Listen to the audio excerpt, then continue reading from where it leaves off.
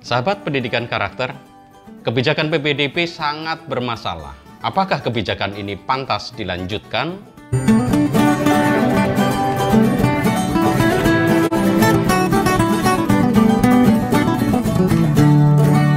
Tanya Pak Doni saja. Sahabat pendidikan karakter, beberapa persoalan terkait PPDB yang muncul tahun ini hampir sama dengan tahun-tahun sebelumnya. Pertama, masalah zonasi bermasalah. Ada anak-anak yang dekat dengan sekolah tetapi justru tidak bisa punya akses ke sekolah. Lalu ada keluhan dari orang tua terkait masalah usia, yaitu yang penting sekarang anak itu tua aja, nggak perlu muda, karena tua maka akan diprioritaskan untuk kebijakan zonasi.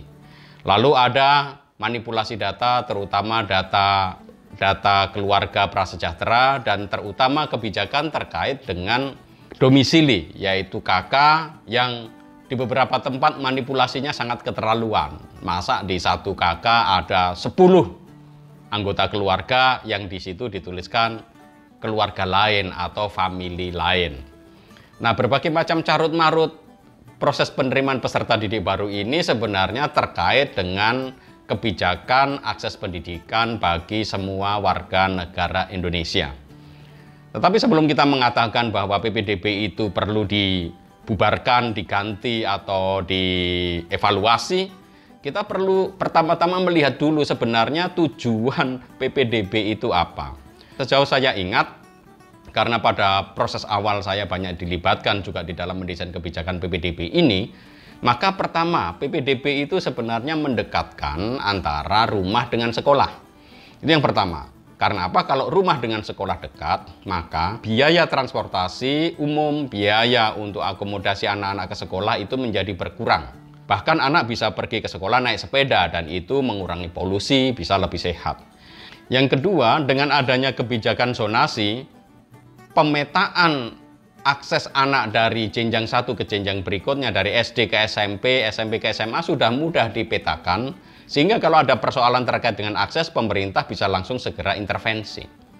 Yang ketiga, PPDB berbasis zonasi itu pada akhirnya nanti akan mampu membuat sekolah kita menjadi lebih beragam, karena tidak diisi oleh anak-anak yang biasanya kalau di sekolah-sekolah elit berisi anak-anak berprestasi saja, tetapi akan lebih bercampur, berbaur, sehingga keadaan sekolah kita itu lebih menunjukkan keindonesiaan, lebih multi agama, multi ras, multi etnik, dan juga multi kecerdasan.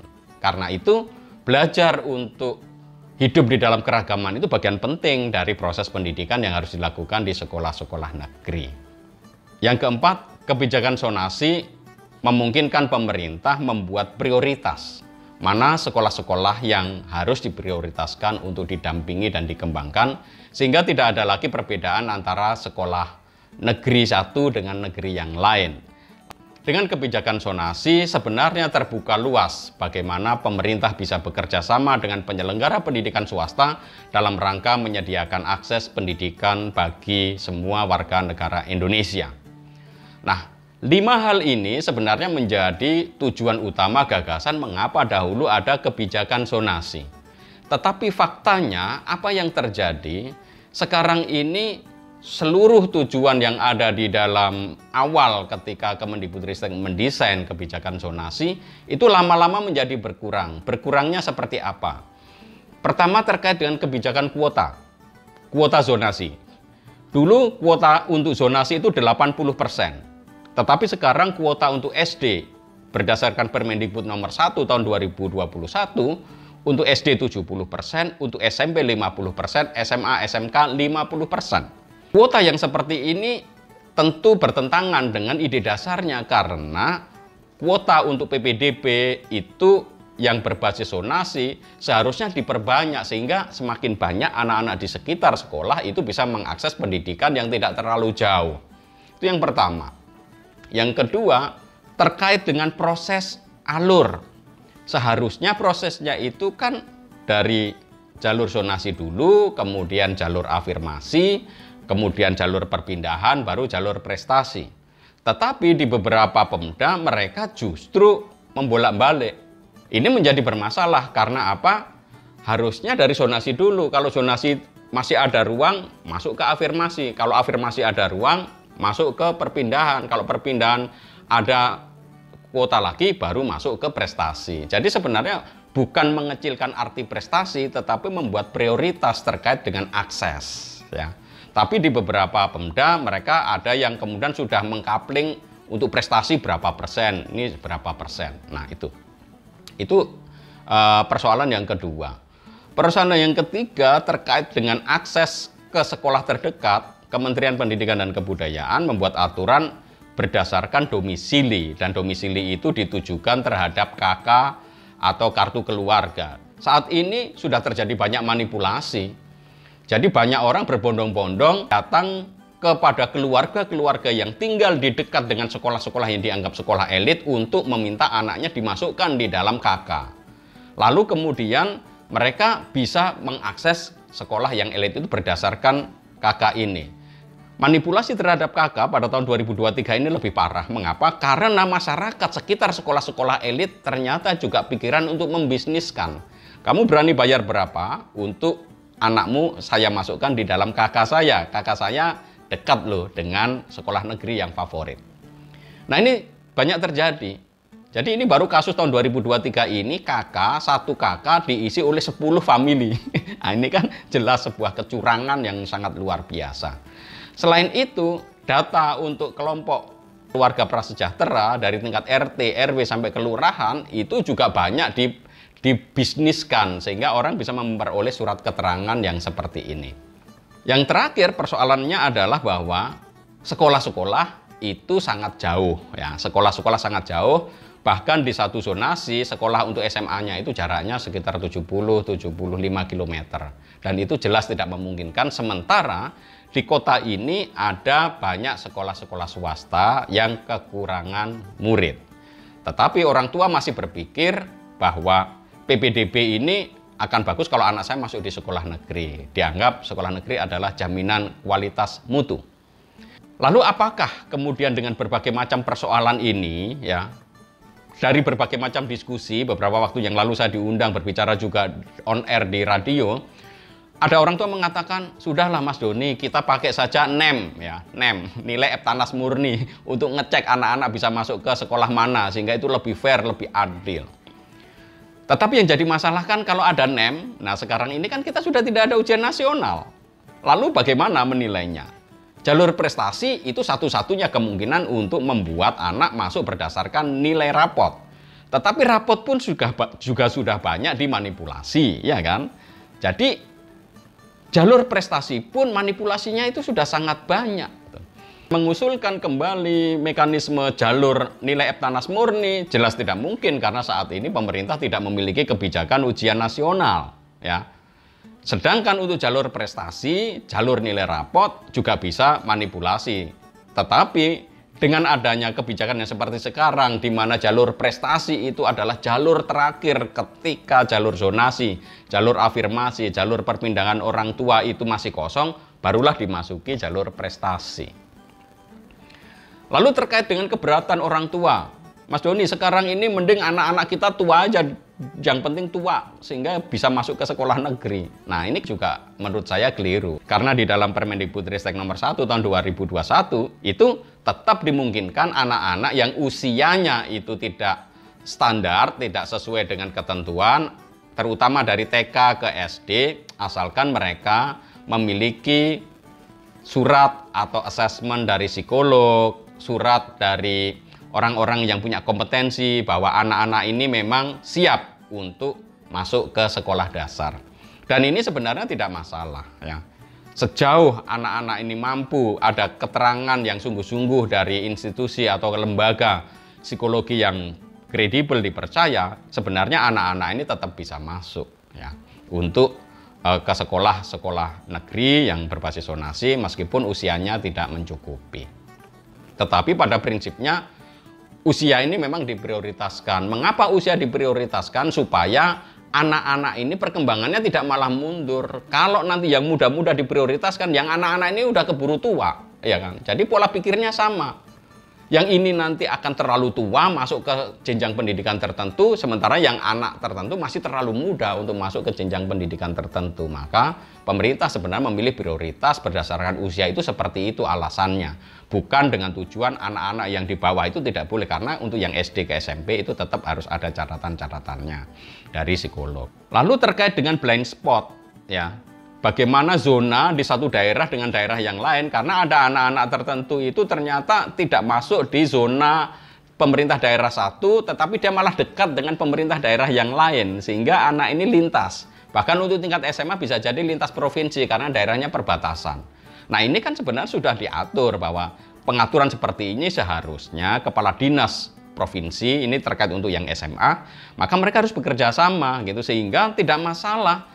Anak dari daerah ini masuk ke provinsi ini tidak masalah karena dia aksesnya lebih dekat, karena hidupnya di perbatasan. Jangan dipaksakan untuk tetap tinggal di SMA-SMA yang ada di provinsi tetapi justru tempatnya jauh.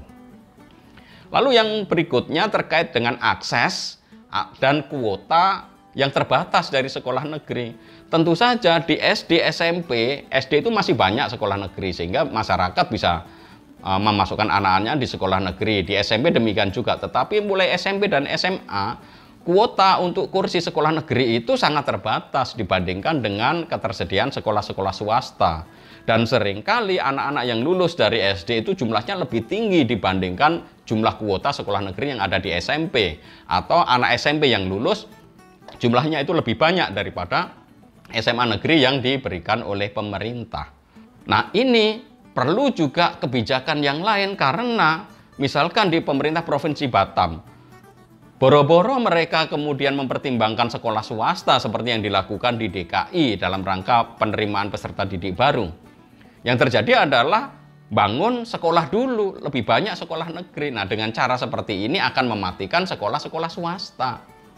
Di DKI sudah ada praktik baiklah, beberapa sekolah swasta dilibatkan di dalam proses PPDB, dan proses masuk anak-anak ini di sekolah swasta itu dipertimbangkan dan itu didukung dengan anggaran pendidikan di daerah. Sehingga sekolah swasta tetap bisa hidup, didanai dengan biaya pemerintah. Pemerintah kemudian bisa setahap demi setahap meningkatkan juga kualitas sekolah-sekolah swasta. Nah dengan cara ini sekolah-sekolah swasta akan hidup melalui proses PPDB. Tetapi kebijakan kolaborasi dengan sekolah swasta ini di beberapa tempat justru tidak terjadi dialog. Yang terjadi adalah pemerintah memaksakan anak-anak yang tidak tertampung di sekolah negeri masuk ke sekolah-sekolah swasta favorit. Ya ini tentu saja menimbulkan resistensi dan penolakan dari pengelola pendidikan berbasis masyarakat. Karena ya mereka kan tetap harus membiayai. Siapa yang membiayai anak-anak yang tidak diterima di sekolah negeri untuk masuk di sekolah swasta? Jadi tetap harus ada dialog. Tetapi lebih dari itu, menurut saya persoalannya adalah persoalan akses pendidikan. Akses pendidikan sangat tergantung dari preferensi orang tua, dan preferensi orang tua itu sangat tergantung dari kualitas sekolah-sekolah tadi yang aksesnya terbuka. Ada sekolah-sekolah negeri yang aksesnya terbuka, orang tua bisa memilih zonasi di sana, tetapi orang tua tidak mau menyekolahkan anak di sana. Kenapa? Karena di beberapa tempat seperti di Jawa Timur itu ada beberapa daerah yang sekolah negerinya itu justru tidak berkualitas, sarana prasarananya tidak baik, sehingga orang tua meskipun sekolah negeri itu masuk di dalam zonasi, orang tua tetap tidak mau menyekolahkan anaknya di sana.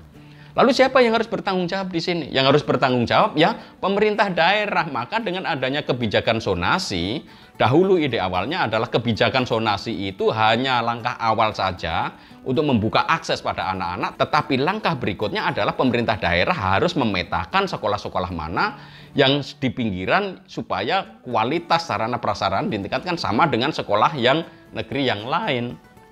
Sehingga nanti ketika ada zonasi, orang tua itu tidak akan pilih-pilih sekolah. Sekolah di kota maupun sekolah di pinggiran, sekolah negeri kualitasnya sama. Dan itu akan mempermudah pemerintah untuk menghitung berapa akses yang diperlukan. Dan kualitas pendidikan akan meningkat. Nah yang terakhir, pemerintah pusat dalam hal ini Kemendikbudristek perlulah berkoordinasi dengan pemerintah daerah dalam rangka apa? Bagaimana mereka membangun kebijakan sinergi dengan sekolah-sekolah swasta. Karena sekolah-sekolah swasta ini meskipun dikembangkan oleh penyelenggara pendidikan berbasis masyarakat, Mereka ini toh pada akhirnya lulusannya menerima ijazah dari negara, memperoleh ijazah dari lisensi dari pemerintah. Karena itu sebenarnya pemerintah tetap punya tanggung jawab juga meningkatkan kualitas layanan pendidikan di sekolah-sekolah swasta. Kalau akses sekolah negeri di SMP dan SMA itu kurang, sebaiknya pemerintah tidak tergesa-gesa membangun sekolah negeri di sana. Karena harus dilihat apakah di sekitar situ ada sekolah swasta yang satu jenjang, yang sudah punya gedung, punya sarana prasarannya, ada gurunya, tapi tinggal mereka kekurangan murid. Maka tinggal pemerintah daerah memetakan, mendiskusikan dalam musrembang dengan pemerintah daerah, dengan anggota DPRD untuk membahas bagaimana anak-anak yang tidak tertampung di sekolah negeri ini tetap memiliki akses pendidikan, sehingga mereka bisa terdistribusi di semua sekolah. Karena di Permendikbud nomor 1 tahun 2021 itu jelas pemerintah daerah bertanggung jawab untuk menyediakan akses pendidikan bagi anak-anak usia sekolah di daerahnya. Dan tidak dijelaskan apakah itu sekolah negeri atau swasta, tetapi akses pendidikan. Dan itu artinya swasta harus menjadi perhatian bagi pemerintah daerah sebagai mitra dalam rangka penerimaan peserta didik baru yang berbasis zonasi.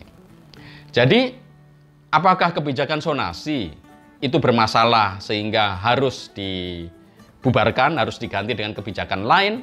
Menurut saya tidak, karena berbagai macam persoalan tadi bisa dipetakan akar persoalannya satu persatu. Pada dasarnya kebijakan berbasis zonasi itu sudah cukup baik. Hanya saja 5 persoalan yang tadi saya sampaikan itu harus dibereskan oleh masing-masing pihak, masing-masing instansi, masing-masing pelaku, baik itu di pemerintah pusat maupun pemerintah daerah.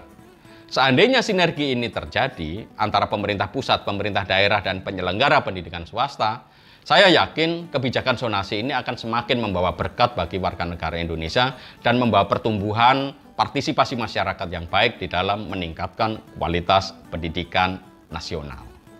Sahabat pendidikan karakter, Anda menyaksikan program Tanya Pak Doni saja. Tanya Pak Doni saja. Analisis kebijakan pendidikan terkini, kritis, objektif, dan transformatif.